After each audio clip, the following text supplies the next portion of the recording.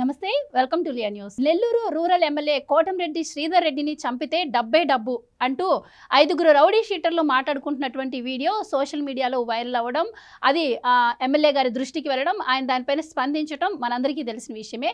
అయితే మరి అసలు ఆయన చంపించాల్సిన అవసరం ఎవరికి ఉంటుంది అనే దానిపైన రకరకాల వార్తలు అయితే వస్తూ ఉన్నాయి. దీంట్లో ప్రధానంగా నిడిగుంట అరుణ అలాగే శ్రీకాంత్ అనే వాళ్ళు వీళ్ళిద్దరూ కలిసి ఎమ్మెల్యే సీటు కోసం ఆయన్ను చంపించాలి అన్న ప్రయత్నం చేశారు అన్నది ఒక ఆరోపణ అయితే గతంలో మనం చూసాం.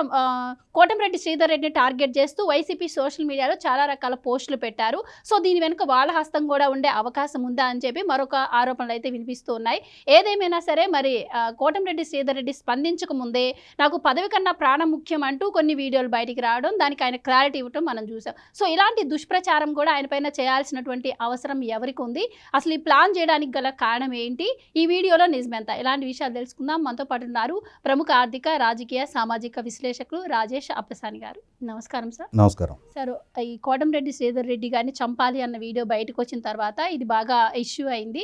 దీనిపైన ఆయన ఎలాంటి స్పందన ఇవ్వకముందే అది కూడా ఆయన బ్యాడ్గా ప్రొటెక్ట్ చేసి ఆయన్ని కించపరుస్తూ వీడియోలు బయటకు వచ్చాయి. అసలు ఏం జరిగిందంటారు? దీంట్లో ఎవరి పాత్ర ఉండే అవకాశం ఉంది? అది అసలు ఇప్పుడు వీడియోనా లేదు అంటే గతంలో వీడియోనా?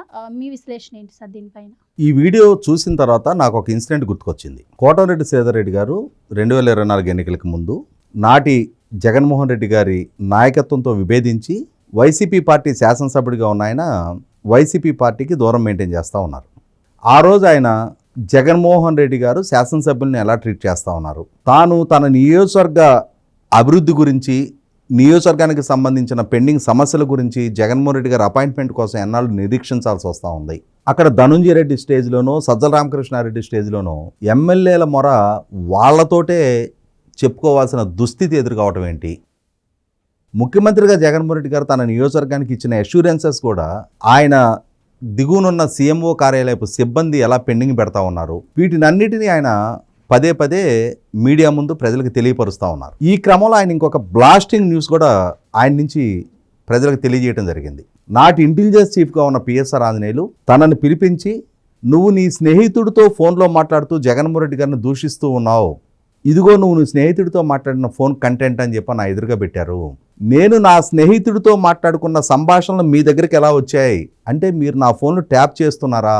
వైసీపీ పార్టీ శాసనసభ్యుడిగా ఉన్న నా ఫోనే మీరు ట్యాప్ చేస్తున్నారు అని అంటే నా పట్ల మీకు నమ్మకం లేదు అని అర్థమవుతా ఉంది. నమ్మకం లేని దగ్గర నేను ఈ పార్టీలో కొనసాగి కూడా అర్థం లేదు, కాబట్టి నేను ఈ పార్టీ నుంచి దూరం జరుగుతున్నా. ఇక్కడ ఏమర్థమైంది? వైసీపీ ప్రభుత్వ హయాంలో నాడు అనధికారికంగా ఫోన్ ట్యాపింగ్ జరిగిందనేది ఆయన బ్లాస్ట్ చేశారు. దానికి పాల్పడ్డ వ్యక్తి ఇంటెలిజెన్స్ చీఫ్ అని చెప్పని ప్రజలకు తెలియజెప్పారు. మేము ట్యాపింగ్ చేశామని కానీ చేయలేదని కానీ ప్రభుత్వ పరంగా వివరణ ఇవ్వాల. వాస్తవంగా ఫోన్ ట్యాపింగ్కి పాల్పడటం అనేది చాలా పెద్ద నేరం. వ్యక్తుల గోప్యతకి భంగం కలిగించటం, ఆ హక్కు స్వేచ్ఛ ఎవరికీ లేదు. ఎవరు ఫోన్లు ట్యాప్ చేయొచ్చు?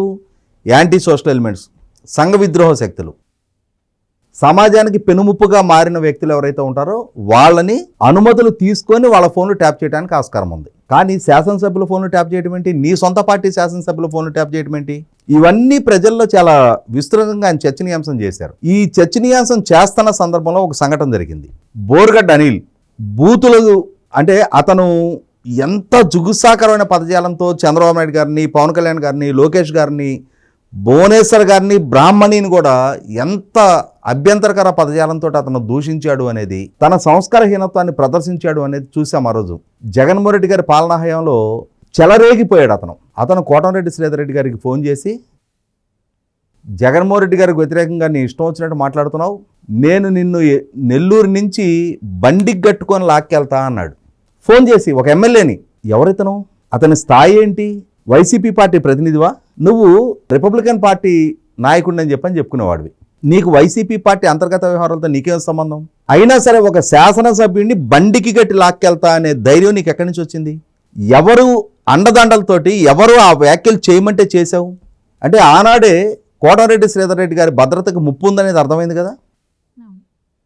ఆయన ప్రాణాలకి హాని తలపెట్టే ప్రయత్నాలు జరుగుతూ ఉన్నాయనేది అర్థమైంది కదా. నేను అనుకోవటం ఇప్పుడు బయటకు వచ్చిన వీడియో, ఇప్పుడు అరెస్ట్ అయ్యి ఫోను పోలీసులకు స్వాధీనం అయ్యున్న అరుణ అనే ఆవిడ ఫోన్లో ఈ వీడియోలు ఉండుంటాయి అని చెప్పని అనుకుంటున్నాను నేను. నిన్న కోటంరెడ్డి శ్రీధర్ రెడ్డి గారి హత్య గురించి మాట్లాడుకున్న సోకాల్డ్ రౌడీ షీటర్లు వీళ్ళందరూ కూడా ఇప్పుడు రీసెంట్గా పెరోల్ ఇష్యూ చూసాం, శ్రీకాంత్ అని చెప్పని. ఆ శ్రీకాంత్ అనే అతని అనుచరులు అని చెప్పని చెప్తా ఉన్నారు. అందులో ఒక వ్యక్తి గంజాయి కేసులో అరెస్ట్ అయ్యి రిమాండ్లో ఉన్నాడని చెప్పని చెప్తున్నారు. వాళ్ళు మద్యం తాగుతూ మాట్లాడుకున్న సంభాషణలు విన్నాం మనం. మరి అది అప్పట్లో ఈ బోరగడ్డ అనిలు కోటమిరెడ్డి శ్రీధర్ రెడ్డి గారిని బెదిరిస్తూ వ్యాఖ్యలు చేసిన సందర్భంలో ఆ రోజుల్లో ప్రభుత్వ లోగుట్టు మొత్తం ఆయన బహిర్గతం చేస్తూ ఉన్నారు. ఆయన చేసిన తిరుగుబాటు పర్యవసానం తర్వాత రోజుల్లో ఆనవ వెంకటరమణారెడ్డి గారు, ఆనవ రామనారాయణ రెడ్డి గారు, అలాగే మేకపాటి చంద్రశేఖర్ రెడ్డి గారు కూడా వైసీపీతో విభేదించి వాళ్ళు కూడా ఆ పార్టీకి రాజీనామా చేయటం. చివరికి నెల్లూరు జిల్లాలో వేమిరెడ్డి ప్రభాకర్ రెడ్డి గారి స్థాయి నాయకుడు రాజ్యసభ సభ్యత్వానికి కూడా రాజీనామా చేసి తెలుగుదేశం ఎంపీగా పోటీ చేస్తున్న తీరు, ఆయన మీద పోటీ చేయించే అభ్యర్థులు కూడా లేక విజయసాయిరెడ్డి గారిని రాజ్యసభ సభ్యుడిగా ఉన్న ఆయన్ని తీసుకెళ్ళి అక్కడ పోటీ చేయించాల్సిన పరిస్థితులు. బహుశా నేను అనుకుంటే ఇటువంటి నేపథ్యంలో ఈ కోటమిరెడ్డి శ్రీధర్ రెడ్డి చేసిన డ్యామేజ్ పర్యవసానం ఇవాళ మనకి కంచుకోటగా ఉన్న నెల్లూరు జిల్లాలో ఇవాళ పార్టీ మనుగడగా కూడా లేని పరిస్థితి అవుతా ఉంది. కాబట్టి ఈ కోటమిరెడ్డి శ్రీధర్ రెడ్డిని ఎలిమినేట్ చేస్తే బెటర్ అని చెప్పని ఆ రోజుల్లో చేసిన ఆలోచన అది లేదు. ఈ మధ్య చూస్తున్నాం కదా మనం, జగన్మోహన్ రెడ్డి గారి పర్యటనల సందర్భంగా రప్ప నరుకుడు అన్న గంగమ్మ జాతరలో పొట్టేళ్ల తలలు నరికినట్టుగా తెలుగుదేశం వాళ్ళ తలను నరుకుతాము, రప్ప నరుకుతాము అని చెప్పని ప్రదర్శన చూస్తున్నాం కదా. సాక్షాత్తు జగన్మోహన్ రెడ్డి ఏముంది అందులో తప్పు అంటున్నాడు కదా. ఎందుకంటే అతనికి నేరం అనేది చాలా చిన్న అంశం, హత్య అనేది చాలా సాధారణ అంశం. తన చిన్నాన్న దారుణ హత్యకు గురి గావింపబడితే ఆ హత్య కేసు సూత్రధారులు వీళ్ళు అని చెప్పని సిబిఐ నిర్ధారణ చేసిన వాళ్ళని అమాయకులు, ఆణిముత్యాలు, స్వాతిముత్యాలు అంటున్నాడు. అన్యాయంగా వాళ్ళ మీద నేరాలు మోపుతున్నారు అన్నాడు. చిన్న పిల్లోడు అని చెప్పని అవినాష్ రెడ్డిని సమర్థిస్తూ వచ్చాడు. ఈవీఎం బద్దలు కొట్టిన పిన్నెల్లి రామకృష్ణారెడ్డిని ఏముంది ఈ బద్దలు కొడితే తప్పేముంది, వాళ్ళు రిగ్గింగ్ చేస్తున్నారు కాబట్టి బద్దలు కొట్టాడు అని చెప్పాడు.